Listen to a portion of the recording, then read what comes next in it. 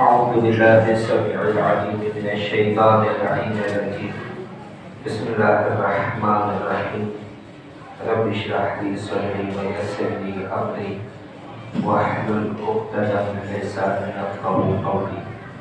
الحمد لله رب العالمين وصلى الله على محمد وآله الطاهرين الصلوات. اللهم صل على محمد.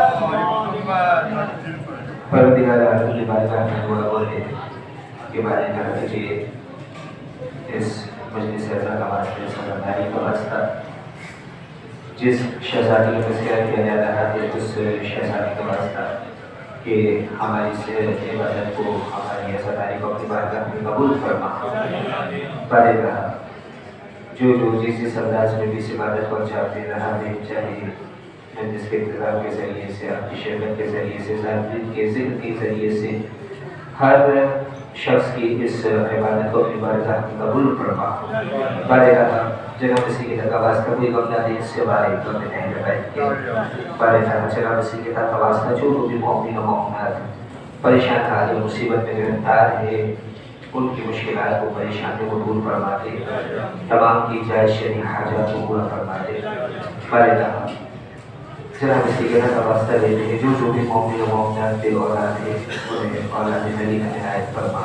جو بھی مومن و مومنات بیمار ہے انہیں شفاء عاجلہ و عاجلہ عنایت فرما. بارے رہا ہماری دعاؤں میں سب سے بڑی دعا کہ اپنی آخری حجت کی ظہور میں تعجیل فرما. زمانے کے وقت حجت جو آپ کی ہم سب کی دعاؤں کی قبولیت ایک مرتبہ مل کر سے بلند درود کر دیجیے.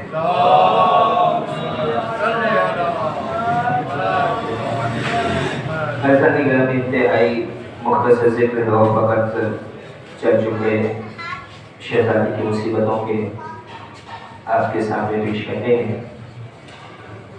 لیکن مصیبت کے بیان سے پہلے اس شہزادی کی عظمت کا ذرا تصور کیجیے کہ وہ شہزادی ہے کہ روایتیں کہتی ہیں کہ آیے تطہیر کے نزول کے بعد 6 مہینے یا 9 مہینے یا 17 مہینے کی روایتیں ملتی ہے.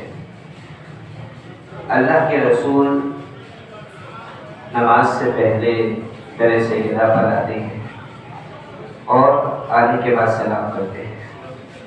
یعنی جب حضرت بلال گلدستہ اذان پر کھڑے ہو کر اذان دے رہے ہیں مسلمان اس اذان کو سن کر مسجد نبوی کی جانب گامزن ہے کہ مسجد پہنچے اور اپنے اس فریضے کو ادا کریں.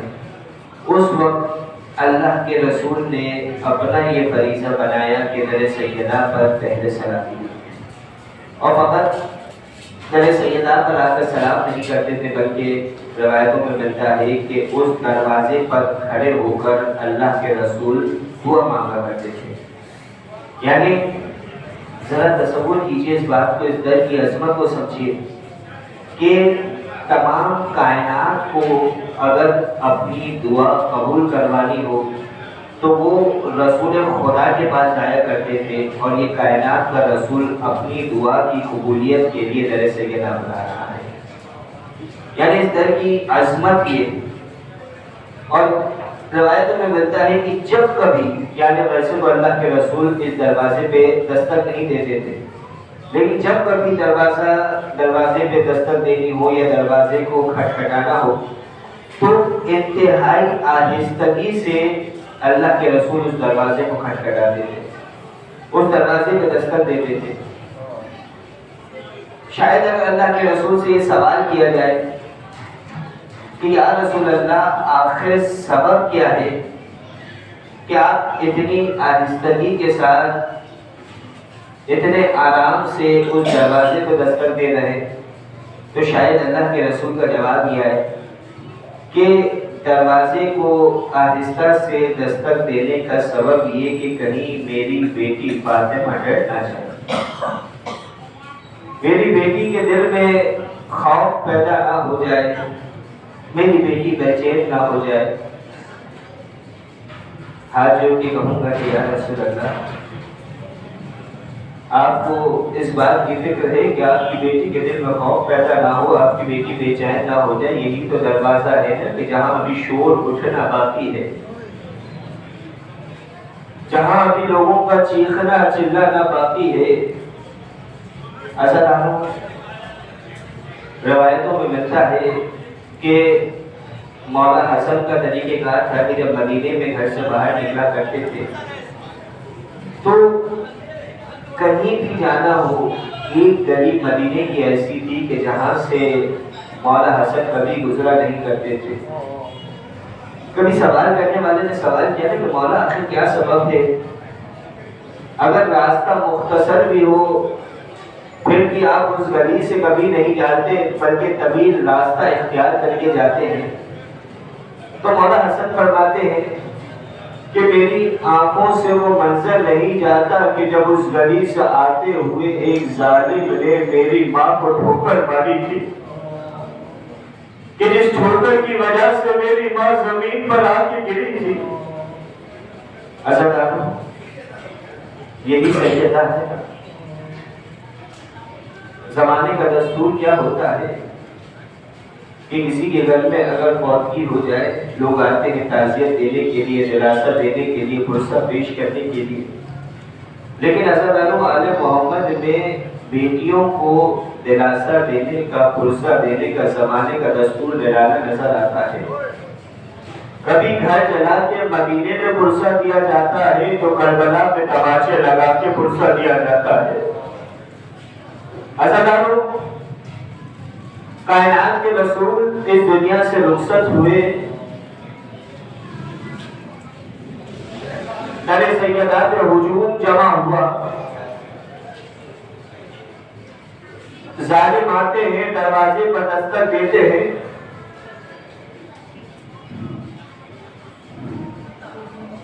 اور یہ آواز بلند کرتے ہیں کہ علی کو باہر بھیجو. عزیزانو جناب سیدہ دروازے پر آئی ہے نا جواب دینے کے لیے. ظالم سے کہتی ہے کہ علی نہیں آ سکتے، مصروف ہے، قرآن جمع کر رہے ہیں.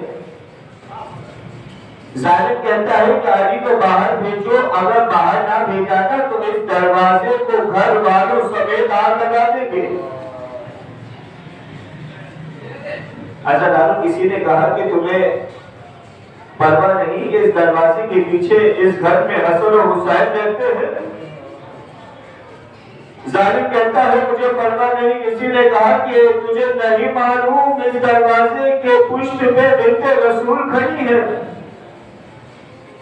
عزیزانو اتنا سننا تھا. ظالم کہتا ہے کہ کبھی ہوا کرے مجھے پرواہ نہیں ہے. عزیزانو عربوں میں پہلے دستور ہوا کرتا تھا، آج بھی کچھ علاقوں میں یہ دستور باقی ہے کہ جس گھر میں فوتگی ہو جائے نا وہاں 3 دن تک چولہا جلا نہیں کرتا ہے، گھر میں کھانا نہیں پکا کرتا، اس گھر سے کبھی دھواں اٹھتا ہوا نہیں دیکھا گیا.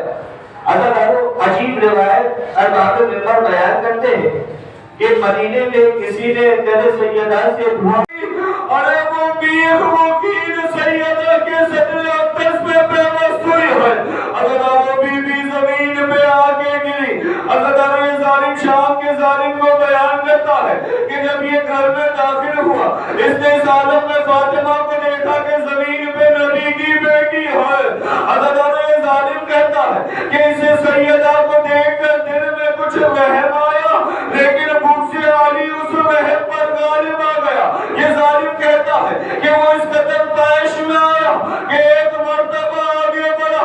عزیزانو فقط تصور کیجئے گا، مجھ میں بیان کرنے کی ہمت نہیں. اس ظالم کا جس ہاتھ تھا آیت تطہیر کا رخسار تھا. عزیزانو روایت میں ملتا ہے کہ سیدہ پہ غشی تاری ہوئی ہے. جب غشی سے فاقہ ہوا، عزیزانو جانتے ہیں نا بیوی کا پہلو شکستہ ہو گیا ہے، بیوی کا پہلو شکستہ ہو گیا، محسن شہید ہو گئے. جب غشی سے فاقہ ہوا تو فضا کو اپنی جانب دیکھا، ایک مرتبہ فضا سے سوال کیا. عزیزانو بیوی کا زخمی پہلو ہے لیکن اپنے پہلو زخمی کا سوال نہیں کیا، نہیں اپنے بیٹے محسن کا سوال کیا، بلکہ بیوی نے تمام مصیبتوں کو بھلا کر فضا سے سوال کیا، اے فضا، آئینہ آئینہ بل حسان، اے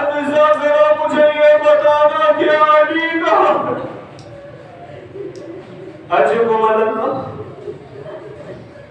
عطا سیدہ سوال کر رہی کہ فضہ یہ بتاؤ کہ علی کہاں ہے؟ فضہ نے بتایا کہ بی بی علی کے گلے میں رسیاں باندھی گئی،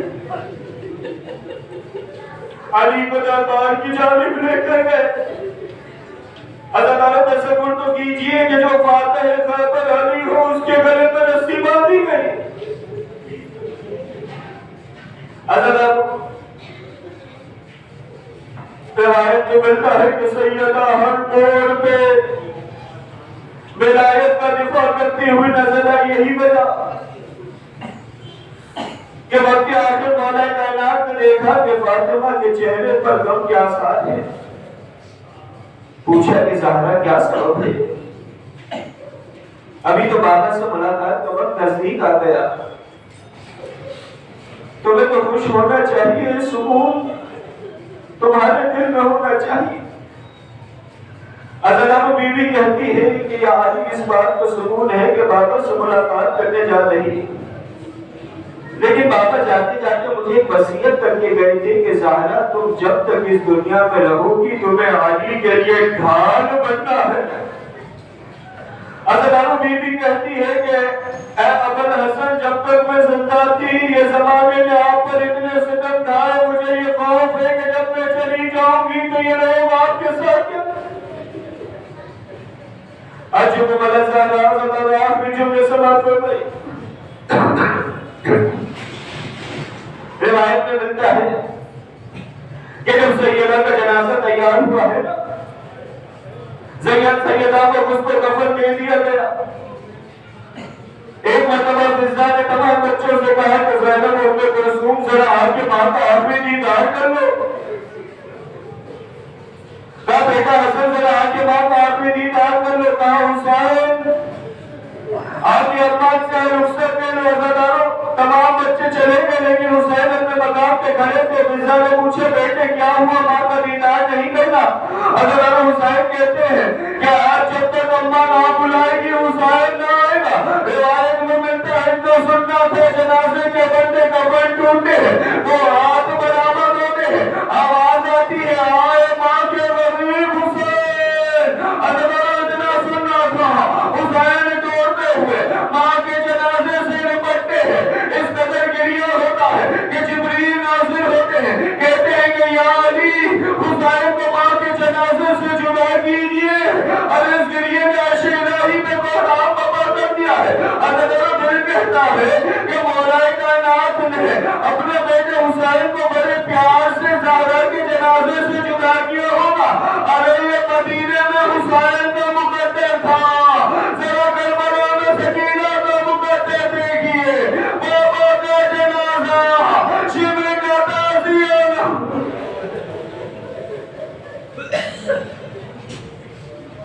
الا ولعنۃ اللہ علی القوم الظالمین